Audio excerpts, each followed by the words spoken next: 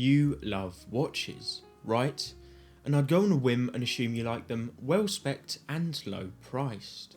Well, micro brands are a great way to achieve this, with sourcing third-party movements as well as selling direct to consumer instead of through a retailer. Less money has to be put into each watch getting out there, resulting in a much lower RRP than other brands for a similar quality watch. This means that for your money, generally at least, micro brands are going to be as well finished, as well spec'd, and as reliable, accurate and robust as much bigger brands for a much lower price. Well, today we have a Japanese micro brand created through crowdfunding by two young foreign exchange students in Japan, Carl Lehman, with the classic field.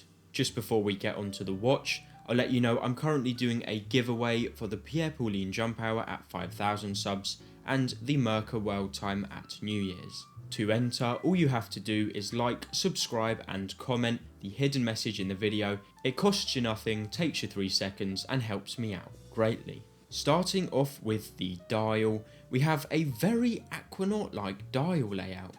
In fact, I'll just say it now, this watch is very Aquanaut-esque, and the brand as a whole is very Patek Philippe-esque. Not quite homages, but it's obvious to see that the Majesty is a Nautilus-like, the Classic Field is an Aquanaut-like, and the Classic Pioneer and Classic 38 are both Calatrava-like. However, luckily that doesn't change the fact that the dial is still attractive. Along with that, the applied indices are aligned right, the print quality is decent, the hands are nicely enough done, though not quite as good as the PRX, but we'll get onto that later, and the sunbursting effect is actually done quite well. As you can see, I'm comparing the dial finishing with macro shots to a Tissot PRX, as that's a very popular and respected watch in a similar price range, so I use it as a good baseline to compare. The crystal is sapphire and is very flat, which helps with the slimness of the watch, and the anti-reflective coating is generally quite good. As for the strap, it's rubber. Now, I don't personally like rubber straps. I don't find them elegant. I think the general material actually being used of rubber, even if it's Flora rubber, which feels and looks a lot nicer, it's rubber on a luxury watch. To me personally, it's not what I'd ever go for. But if you like the style, rubber can be very good. It's pretty much scratch resistant, it's of course water resistant, and it's comfortable on the wrist. Add that with the 100 meters of water resistance this watch has, and you have a very well-rounded daily wear.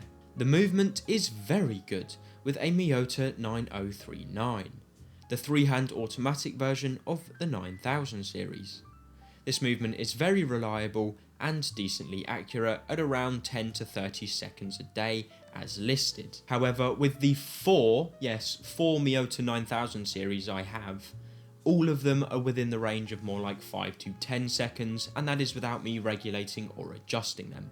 Of course, if it's listed as 10 to 30, maybe I'm just getting lucky, but generally they do seem a little bit more accurate than that. This is a 24 joule, 28,800 VPH movement with a 42-hour power reserve, and most importantly, the reason this movement is so loved outside of the high reliability and decent accuracy is the thickness.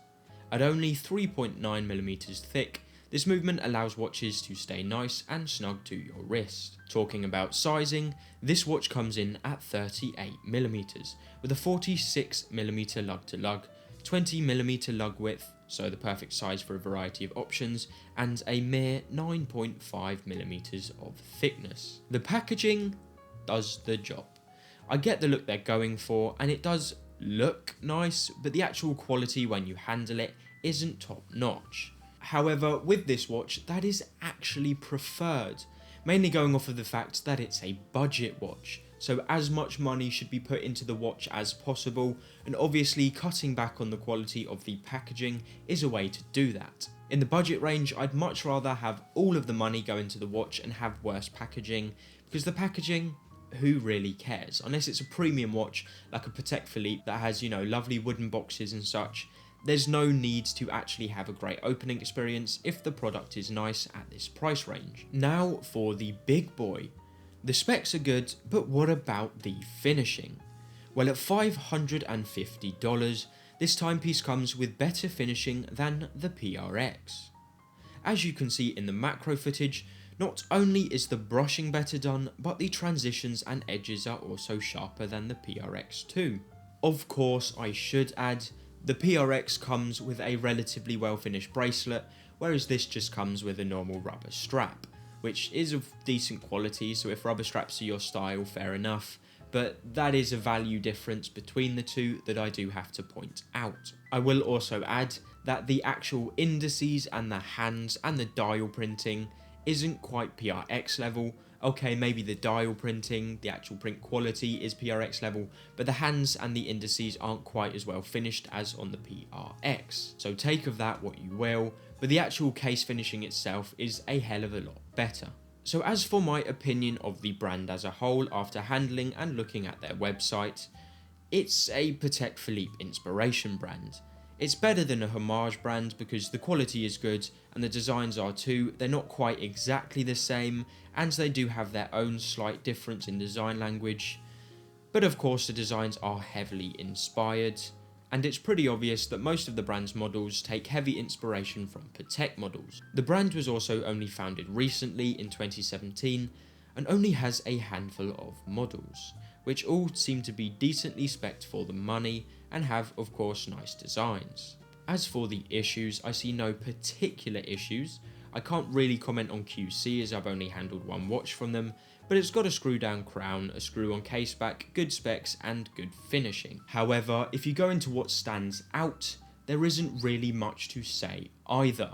Yes, the finishing is very good, but it is in all micro brands, even at this price range. And other than the finishing, everything is just all round decent.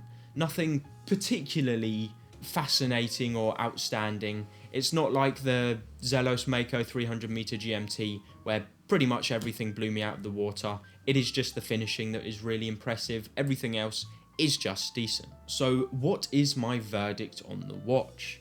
Well, if you like the design and you don't mind the fact that it's very heavily Patek inspired, it's a good watch for the money.